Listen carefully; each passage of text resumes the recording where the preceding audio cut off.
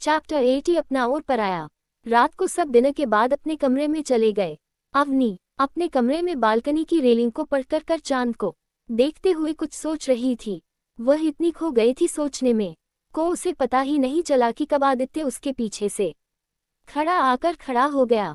कुछ देर बाद भी जब आदित्य ने देखा कि अवनी का ध्यान तो कहीं और है तो उसने अवनी को पीछे से गले लगा लिया। अपनी कमर पर ठंडे हाथ महसूस कर अवनी अपनी सोच से बाहर आई। वह इस टच को बखूबी पहचानते थे, इसलिए उसने कुछ नहीं कहा। आदित्य ने धीरे से प्यारी आवाज में उसे पुकारा, जान। अवनी थम। आदित्य किस सोच में इतनी गहराई से डूबी हुई थी। आपकी अपने पति के आने का भी एहसास नहीं हुआ आपको? ये सुन अवनी सीरियस होकर बोली, बुआ जी के बारे में सोच रही थी। ये सुन आदि सीरियस हो गया। जाहिर है अवनी ने सारे दुश्मनों के बारे में पहले ही आदित्य और शिवम को बता दिया था, तो बुआ जी भी उनकी लिस्ट में थी ही, तो आदित्य उनके बारे में भी अच्छे से जानता था। अवनी की बाथरूम। वह गंभीर हो गया। आदित्य ने अवनी को अपनी तरफ पलटते हुए कहा, जान क्या बात है? अवनी, ज्यादा दिन दूर नहीं जब बुआ जी की एंट्री होगी। मुझे अच्छे से याद है बुआ जी कुछ दिन में ही आएगी। पापा मम्मी को फंसाने की कोशिश करेगी। आदित्य, हमें कुछ वक्त के लिए ओल्ड कपूर मैंशन शिफ्ट होना होगा। अवनी ने सिर हिलाया। आदित्य परेशान होते हुए बोला, हम सब तो ठीक है पर हमारी कमजोर कड़ी शिवानी है, हम तो कोई उनके बहकावे में नहीं आएंगे, पर छोटी का पता नहीं उसे कोई आसानी से बहका सकता है। मुझे डर है वो उस घटिया औरत की चाल का शिकार न बन जाए। अवनी ने मुस्कुराते हुए कहा, हब्बी डोंट वरी, मेरे शिवी को पहले ही सब समझा दिया है कि बुआ जी कैसी है क्या है। वो उनकी बातों के नहीं आएगी। ये सुन आदित्य को राहत मिली। दोनों कुछ बातें करते हुए कमरे में चले गए। तभी शिवांश उठ गया। अवनी और आदित्य उसे अपने पास बेड पर लिटाकर सो गए। शिवांश भी अपने मोम डैड का प्यार पाकर मुस्कुराते हुए सो गया। 15 दिन बाद कुछ समय आराम से बीता। जैसा कि कुछ दिन बाद अवनी में ओल्ड कपूर मैंशन जाने का डिसाइड किया था। सब आज ओल्ड कपूर मैंशन जा रहे थे। अवनी ने शिवानी को आने वाले खतरों के बारे में आगाह किया था और उसे मजबूत बनाया था। अवनी को अच्छे से याद था कि आज के दिन ही बुआ जी सुबह सुबह आई थी और कपूर मैंशन में डेरा जमाया था। वैसे अवनी के काफी दिन शांति में बीते, तो उसने सोचा आज सुबह सुबह धमाल कर लिया जाए, इसलिए आज सुबह तैयार होकर वह सभी ओल्ड कपूर मैंशन के लिए निकल गए। अवनी और आदित्य की कार आगे चल रही थी। वहीं दूसरी कार में शिवानी और शिवम थे। शिवानी को अवनी के होते हुए ज्यादा फिक्र करने की जरूरत नहीं थी, इसलिए वो आराम से शिवांश के साथ खेल रही थी। 1 घंटे बाद उनकी कार ओल्ड कपूर मैंशन में एंटर हुई। सभी बाहर निकले। अवनी और शिवानी अपने पतियों को छोड़ शिवांश को लेकर पहले अंदर चली गई। उनका बचपना देख दोनों ने सर में हिला दिया और उनके पीछे चल दिए।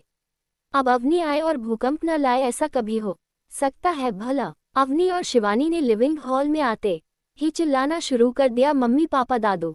उन दोनों की आवाज सुन तीनों लोग हवा की स्पीड से हाजिर हो गए। उन लोगों को यहाँ देख वो लोग बहुत खुश थे।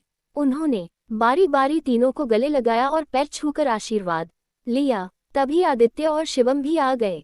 उन्होंने भी सबके पैर छूकर आशीर्वाद लिए और गले लगाया। नैना जी चहकते हुए बोली, वाह बच्चों, तुम सही वक्त पर आए हो, ब्रेकफास्ट का टाइम हो गया है। सुबह सुबह तुम लोगों को देख बहुत अच्छा लगा। अवनी नैना जी को मक्खन लगाते हुए बोली, अरे मेरी प्यारी माँ, आपके बिन अच्छा नहीं लग रहा था। मन किया तो सोचा कुछ दिन फिर यही रुक जाते हैं। ये सुन सभी खुश हो गए। नैना जी सबको ब्रेकफास्ट करवाने के लिए ले गए। वो सभी अपने में ही मग्न होकर खा रहे थे। कुछ देर बाद वो लोग लिविंग हॉल में आकर बैठ गए। वो सभी खुशी खुशी बात कर ही रहे थे कि किसी की आवाज सुनकर सभी के चेहरे लटक गए। जी हाँ, ये बुआ जी हो थी जो उनकी खुशियों को नजर लगने आई थी। आदित्य और शिवम को पता था कि बुआ जी आने वाली है, इसलिए उन्होंने तय किया था कि वह बुआ जी को सबक सिखाने के बाद ऑफिस जाएंगे। बुआ जी एटीट्यूड से अंदर आते हुए बोली, मेरे बिना सारे खुशियां मना रहे हो? हमें तो कभी अपनी खुशियों में शामिल नहीं किया और नहीं हमें कभी बुलाया। बुलाने की बात तो छोड़ो, याद करना भी किसी ने जरूरी नहीं समझा। बुआ जी को देख ऋषभ जी और दादाजी की आंखों में नफरत और नैना जी की आंखों में आंसू आ गए। शायद उनकी आंखों के सामने कुछ पुरानी यादें आ गई। बाकी सभी का यही हाल था, सबसे ज्यादा अवनी का। आदित्य ने कठोर आवाज में बोला, अपनी खुशियों में अपनों को बुलाया जाता है, परायों को नहीं। और आप हमारे कुछ नहीं लगती, कुछ भी नहीं। ये बात अपने दिमाग में अच्छे से बिठा लीजिए। अवनी ने झूठी मुस्कान के साथ आदित्य से कहा। आदि मेहमान से कोई ऐसे बात करता है क्या? आदित्य ने मुंह बनाते हुए कहा। जो जिस लायक है उसे वही मिलेगा। ये सुन शिवानी को हंसी आ गई। शिवानी हंसने लगी। शिवानी को हंस देख उसके गोद में बैठा शिवांश भी खिलाकर हंसने लगा। वही बुआ जी का चेहरा गुस्से से काला पड़ गया। उन्हें उम्मीद नहीं थी कि आदित्य सीधी उनके बेइज्जती कर देगा। बुआ जी ने गुस्से में कहा, नालायक निकम्मे लड़के, तू आज भी नहीं सुधरा। फिर ऋषभ जी को देखते हुए बोली, तेरा बेटा तेरी बड़ी बहन की बेइज्जती कर रहा है, ले तू चुपचाप सुन रहा है। 81 डायन बुआ जी। आदित्य ने मुंह बनाते हुए कहा। जो जिस लायक है उसे वही मिलेगा। ये सुन शिवानी को हंसी आ गई। शिवानी हंसने लगी। शिवानी को हंस देख उसके गोद में बैठा शिवांश भी खिलाकर हंसने लगा। वही बुआ जी का चेहरा गुस्से से काला पड़ गया। उन्हें उम्मीद नहीं थी कि आदित्य सीधी उनके बेइज्जती कर देगा। बुआ जी ने गुस्से में कहा, नालायक निकम्मे लड़के, तू आज भी नहीं सुधरा। फिर ऋषभ जी को देखते हुए बोली, तेरा बेटा तेरी बड़ी बहन की बेइज्जती कर रहा है, ले तू चुपचाप सुन रहा है। ऋषभ जी ने हल्की मुस्कान के साथ कहा, अब मेरा बेटा बड़ा हो गया है, वो भी एक बेटे का बाप बन गया है। मुझे उसे सिखाने की जरूरत बिल्कुल नहीं है कि उसे क्या करने हैं क्या नहीं। अब वो काम मेरी प्रिंसेस को सौंप चुका हूँ मैं। ये सुन बुआ जी का चेहरा और काला पड़ गया। वह बचपन से अवनी को जानती थी। उनकी अवनी से बिल्कुल भी नहीं बनती थी। अवनी उन्हें हमेशा डायन हुआ की परी बुलाती थी। बुआ जी गुस्से में कुछ बोलने की वाली थी कि तभी हॉल में एक अनजान आवाज गूंज उठी। जी हाँ, ये बुआ जी की बेटी थी, रोहिणी बंसल, ऋषभ जी की बड़ी बहन। ये कपूर फैमिली से नफरत करती है। इनकी नफरत की वजह वही है जो अच्छे से अच्छे इंसान को पागल बना देती है, पवार और पैसा। प्रिया बंसल, प्रिया रोहिणी जी की इकलौती बेटी, ये बददिमाग और घटिया लड़की है। रिश्ते में आदित्य इसका भाई है, फिर भी इसकी नज़र हमेशा आदित्य पर ही रहती थी। जी हाँ, ये और कोई नहीं, प्रिया ही थी। प्रिया अंदर आती हुई बोली, हेलो एवरीवन, कैसे हैं सब? वो सीधा आदि से चिपकने ही जाने वाली थी। अवनी को ये बात पहले से ही पता थी। अवनी ने तुरंत अपनी तरफ खींच लिया। आदि खींचा हुआ अवनी की बाहों में गिरा। अवनी ने उसे संभाल लिया। प्रिया सीधे सोफे से टकराए। जस आए उसकी नाक सोफे से टकराकर लाल हो चुकी थी। वो आधी सोफे से बाहर लटकी हुई थी। ये देख सबको हंसी आ रही थी। वही आदित्य अवनी पर गिरा तब उसे कुछ समझ नहीं आया, पर जब समझ आया तब उसने उठकर अवनी को अच्छे से चेक करते हुए कहा, जाना यो आओ, कहीं लगी तो नहीं? अवनी मुस्कुराते हुए बोली, नहीं हब्बी, मुझे नहीं लगी। वही सभी फैमिली मेंबर्स प्रिया की हरकत से सब समझ चुके थे। उसके ऐसे सोफे से टकराने पर सबको हंसी आ रही थी। सबने जैसे तैसे खुद को कंट्रोल कर रखा था। आसपास काम कर रहे सर्वेंट का भी यही हाल था। वही शिवांश जो अपनी आंखों से सामने का नजारा शिवानी की गोद में बैठे हुए देख रहा था, प्रिया को ऐसे गिरते देख खिलखिलाकर हंसने लगा। पूरे मेंशन शिवांश की हंसी गूंज रही थी। अवनी तो अपने बेटे की मन ही मन बालाएं लेने लगी। वही बुआ जी का चेहरा गुस्से से तमतमा गया। बुआ जी अवनी को गुस्से में देखते हुए कहा, यह क्या किया तुमने? मेरी बच्ची को आते ही चोट लगा दी।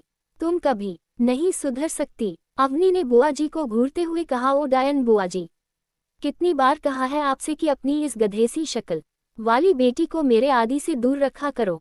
मैंने बस अपने पति को अपने पास खींचा था, आपकी फुल परी को गिराया नहीं है मैंने, वो खुद गिरी हुई है। शिवम हंसते हुए बोला, गिरे हुए को क्या गिराना प्रिंसेस? ये सुन शिवानी, अवनी, आदित्य सभी हंसने लगे।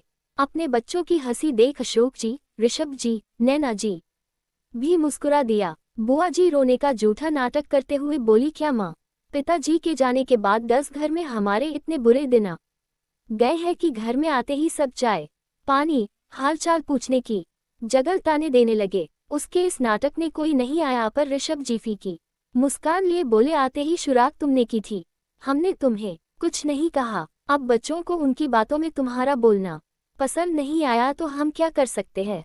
बुआ जी फिर अपना कार्ड यूज करते हुए बोली, तुम्हें कुछ तो बोलना चाहिए, आखिर मैं तुम्हारी बड़ी बहन हूँ। अगर कल मेरी जगह कोई और हुआ और उनसे इन लोगों ने ऐसी बदतमीजी की तो बाहर तुम क्या मुंह दिखाओगे? मैं तो तुम्हारे अच्छे के लिए बोल रही हूँ। अवनी मन ही मन गुस्से से बोली, कितना अच्छा चाहती है हमारा तू, हम अच्छे से जानते हैं डायन कही की। इस बार तुम्हारा पाला मुझसे पड़ा है। बरसों पहले जो तुमने मेरे साथ करने की कोशिश की थी, मैं इसका बदला जरूर लूंगी। अवनी ने शिवानी को बता दिया था कि बुआ जी ने अवनी के साथ क्या किया था। अब क्या हुआ था ये आगे पता चलेगा। सभी की आंखों में बुआ जी के लिए गहरी नफरत थी। ऋषभ जी बात संभालते हुए बोले, वो तुम्हारी हरकतों की वजह से तुमसे ऐसे बात कर रहे हैं, वरना वो किसी से ऐसी बात नहीं करते। फिर भी मैं उन्हें समझा दूंगा। बुआ जी ने सिर हिलाया। इन सब ड्रामा करने में सब प्रिया को भूल चुके थे। बुआ जी खुद अपनी बेटी को भूल गई थी, जो सोफे पर फंसी हुई थी। प्रिया ने दर्द भरी आवाज में कहा, कोई मुझे तो निकालो यहाँ से। उसकी बात सुन बुआ जी का ध्यान अपनी बेटी पर गया। वह इन सब मिला ड्रामा करने में प्रिया की हालत तो भूल ही गई थी। अब तक प्रिया के हाथ पैर पर निशान पड़ चुके थे, उसके पैर अकड़ चुके थे। वैसे प्रिया खुद उठ सकती थी, पर उसके कपड़े बहुत पतले और रिवीलिंग थे। अगर वो इस सिचुएशन में हिलती तो उसकी ड्रेस फट जाती। वो अपना खराब इंप्रेशन किसी पर नहीं पड़ने देना चाहती थी, खास करके आदित्य पर। आदित्य को तो उससे कोई लेना देना ही नहीं था। उसने एक नज़र उठाकर भी उसकी तरफ नहीं देखा। सर्वेंट्स ने प्रिया को उठाया। उसकी स्किन पर निशान पड़ चुके थे। बुआ जी ने उसके लिए पानी मंगवाया। अवनी उसकी हालत देख डेविल स्माइल लिए मन ही मन बोली, अभी तो बस शुरुआत है, आगे आगे देखो तुम्हारा हाल। रिया जैसा न किया तो मैं भी अवनी आदित्य कपूर नहीं। कुछ देर बाद प्रिया नॉर्मल हुई। वो अपनी नफरत भरी नजरों से अवनी को ही घूर रही थी, जिससे अवनी को कोई फर्क नहीं पड़ा। नैना जी ने उन दोनों के लिए चाय नाश्ता मंगवाया। दोनों भुक्कड़ की तरह उस पर टूट पड़ी।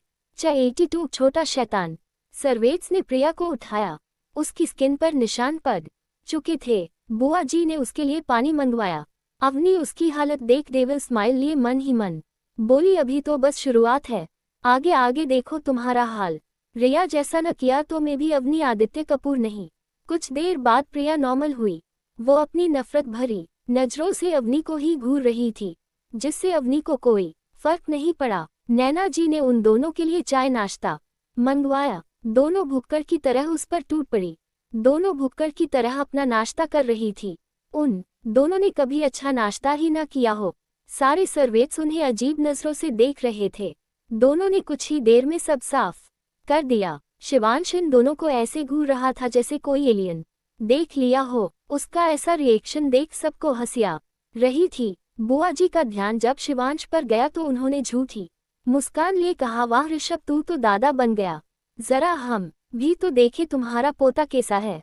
अवनी ने कुछ नहीं कहा, क्योंकि उसने शिवांश को पहले ही ट्रेन कर दिया था। शिवांश किसी अनजान इंसान के पास नहीं जाता था। अवनी अच्छी तरह से जानती थी कि आगे क्या होगा। बुआ जी अपनी जगह से उठकर शिवानी के पास जाकर शिवांश को जैसे ही उठाने वाली थी, शिवांश अपने हाथ पर मारते हुए जोर जोर से रोने लगा। अवनी ने तुरंत आगे आकर बुआ जी को धक्का देते हुए शिवांश को अपनी गोद में उठा लिया। अवनी शिवांश को गोदी में लेकर शांत करवाने की कोशिश करने लगी। वही बुआ जी धक्का लगने की वजह से वो मुंह के बल जाकर गिरी। खैर किसे फर्क पड़ता है, वो तो है ही गिरी हुई, थोड़ी और गिर गई, उसमें क्या बुराई। 333। बुआ जी के गिरने की वजह से उनकी चीख निकल गई। उन्हें नीचे गिरते हुए देखा। हमारा शिवांश रोना छोड़कर खेल खिलाते हुए हंसने लगा। ये देख अवनी और शिवानी को उस पर बहुत प्यार रहा था। दोनों ने शिवांश के दोनों गालों पर किस करके एक साथ कहा, छोटे शैतान। ये सुन शिवांश और जोर से हंसने लगा। बुआ जी के गिरने से सभी को हंसी आ रही थी। ऋषभ जी जोर जोर से हंसने लगे। बुआ जी वैसे ही नीचे गिरी हुई ऋषभ जी पर चिल्लाते हुए बोली, नालायक, मैं यहाँ गिर गई हूँ और तू हंस रहा है मुझे। उठा नालायक। हाय, मेरी कमर तोड़ दी। रोशन जी ने नौकरों को इशारा किया तो उन लोगों ने बुआ जी को आगे जाकर उठाया। बुआ जी को उन्होंने सोफे पर बैठा दिया। बुआ जी अवनी पर गुस्सा करती हुई बोली, मैं तुम्हारे बच्चे को खा नहीं जा रही थी जो तुमने मुझे ऐसा धक्का दे दिया, बदतमीज लड़की। अवनी अकड़कर बोली, आपके पास जाने से वो रोने लगा। मैं बस अपने बच्चे के पास गई थी, उसमें आप बीच में आ गई, इसलिए आपको धक्का लग गया। इसमें मेरी कोई गलती नहीं है। शिवानी बुआ जी के गुस्से में धी डालते हुए बोली, दीदी, लगता है शिव को इनका चेहरा कुछ पसंद नहीं आया, इसलिए रोने लगा, वरना हमारा शिव कभी बिना वजह होता ही नहीं है। पता नहीं इनको देख उसे क्या हो गया, रोने लगा और हाथ पैर चलने लगा।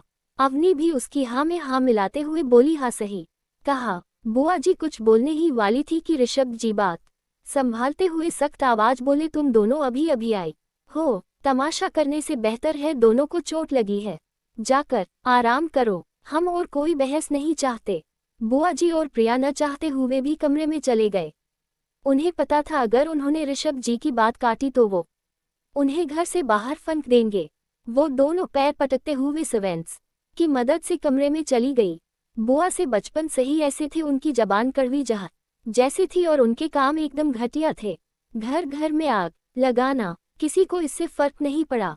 शिवानी के अलावा उनके इस नेचर से सब वाकिफ थे, इसलिए उन्हें कोई फर्क नहीं पड़ा। अवनी ने सबको देख सीरियस होकर कहा, स्टडी रूम में आइए। सब अवनी की बात सुन सीरियस हो गए और स्टडी रूम में चले गए। बुआ जी और प्रिया आराम कर रहे थे। उन्हें चोट लगी थी इसलिए उन्हें इस बारे में कुछ भी पता नहीं था। सब स्टडी रूम में बैठ गए। अवनी, सब मेरी बात ध्यान से सुनो। बुआ जी यहाँ इतने साल बाद आए हैं, वह सिर्फ प्रॉपर्टी के लिए ही आए हैं। फूफा जी की डेथ बहुत पहले ही हो गई है।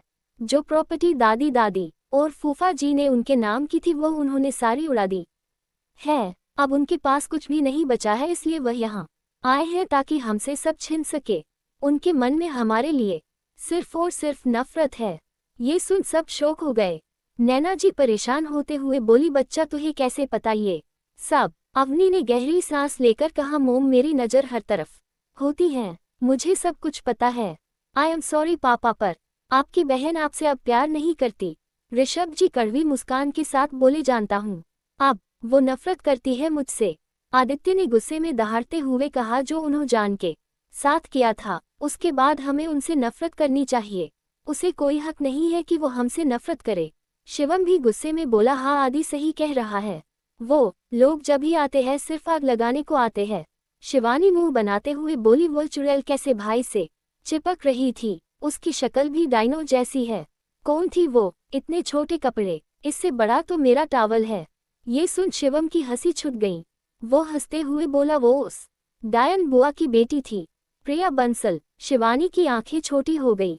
वो गुस्से में बोली, उसे शर्म नहीं आई खुद के भाई पर नजर डालते हुए?